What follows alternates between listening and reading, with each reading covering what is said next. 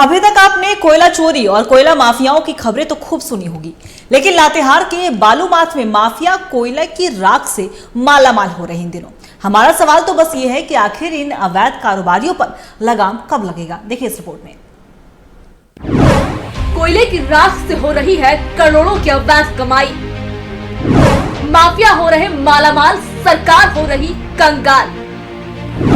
आखिर इन अवैध कारोबारियों पर लगाम कब? सीसीएल मगध संघमित्रा क्षेत्र के फुलबसिया साइडिंग में अवैध रूप से कोयला के साथ कोयला की राख को रेल वैगन में लोड करते एक पेलोडर और पेलोडर चालक को लातेहार पुलिस ने गिरफ्तार करने में सफलता पाई है। कोयले के राख से अवैध धंधेबाज मालामाल हो रहे हैं और सरकार को चूना लगाने का काम कर रहे हैं। मौके पर पुलिस ने 120 टन जला हुआ कोयला बरामद किया।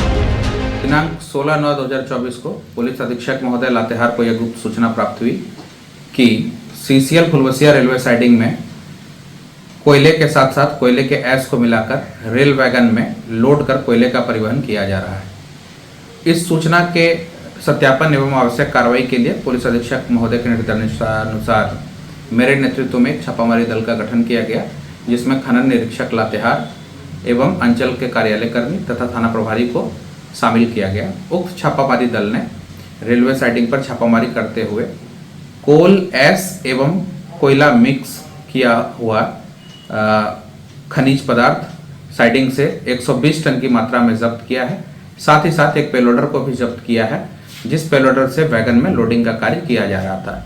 इस संबंध में बरियातू थाना कांड संख्या 58/2024 सुसंगत धाराओं में दर्ज किया गया है और इसमें अग्रतर कार्रवाई की जा रही है। ये खेल कितना बड़ा है, इसका अंदाजा इस बात से लगाया जा सकता है कि बालूमाथ साइडिंग से प्रत्येक दिन लगभग 36,000 टन कोयला बाहर भेजा जाता है।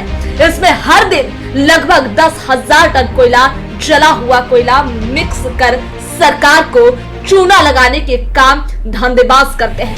पुलिस की कार्रवाई होती है, लेकिन कुछ दिन बाद फिर से माफिया अपना धंधा शुरू कर देते हैं। जरूरत है तो एक ऐसे एक्शन की जिससे जो इन अवैध कारोबारियों की कमर तोड़ दे।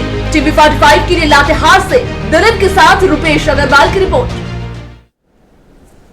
और इसी खबर पे और भी ज्यादा जानकारी के लिए हमारे सहयोगी रुपेश अग्रवाल हमारे साथ फोन लाइन पे बने हुए, उनका रुख करेंगे। और रुपेश, हम आए दिन देखते हैं कि अवैध कोयला की ढुलाई हो रही है, अवैध कोयला का कारोबार हो रहा है, लेकिन अब कोयला माफिया इतने ज्यादा सक्रिय हो गए हैं कि लगातार कोयले की राख से भी अब करोड़ों की अवैध कमाई कर रहे हैं और माफिया मालामाल हो रहे हैं। लेकिन सरकार जो है वो कंगाल हो रही है, क्योंकि राजस्व का नुकसान भी हो रहा है। ऐसे में क्या वहां पे एक्शन नहीं लिया जाता? क्या पुलिस को खबर नहीं मिलती है कि कोयले की राख से भी अवैध कमाई हो रही है? देखिए अंकिता, बिल्कुल बता देना चाहिए, कोयले की अवैध कमाई से कोयला माफिया हो रहे हैं मालामाल और सरकार हो रही है कंगाल। लातेहार पुलिस बालूमाथ अनुमंडल क्षेत्र अंतर्गत संचालित मगध पुल परियोजना अंतर्गत आने वाले फुलबसिया साइडिंग में की है भी छापेमारी, जहां साइडिंग के कोयले से जला हुआ कोयला मिलावट कर बाहर भेजे जाने का खुलासा किया गया है। इस संबंध में लातेहार एसपी कुमार गौरव को गुप्त सूचना मिली थी कि लातेहार जिले के बरियातू थाना क्षेत्र में सीसीएल द्वारा संचालित फुलबसिया रेलवे साइडिंग में अवैध रूप से जला हुआ कोयला मिलाकर ट्रेन में भेजा जाता है। सूचना के बाद अनुमंडल पुलिस पदाधिकारी आशुतोष कुमार सत्यम के नेतृत्व में छापेमारी अभियान चलाया गया, जहां फुलबसिया रेलवे साइडिंग के लोडर के द्वारा रेलवे बोगी में कोयला के साथ जला हुआ कोयला को मिलाकर लोडिंग किया जा रहा था। इसके बाद मौके से लोडर चालक शंकर भुइया को गिरफ्तार किया गया। साथ ही पुलिस ने 120 टन जला हुआ कोयला लोडर को जब्त किया। ज्ञात हो कि सीसीएल के फुलबसिया बालूमाथ साइडिंग में प्रत्येक दिन लगभग 36,000 टन कोयला बाहर भेजा जाता है, जिससे अब मिलावटी लगभग 1 महीने से की जा रही थी। लोगों का कहना है कि प्रत्येक दिन लगभग 10,000 टन जला हुआ कोयला मिक्स कर बाहर भेजा कर करोड़ों रुपए की काली कमाई का बंदरबाट किया जा रहा था।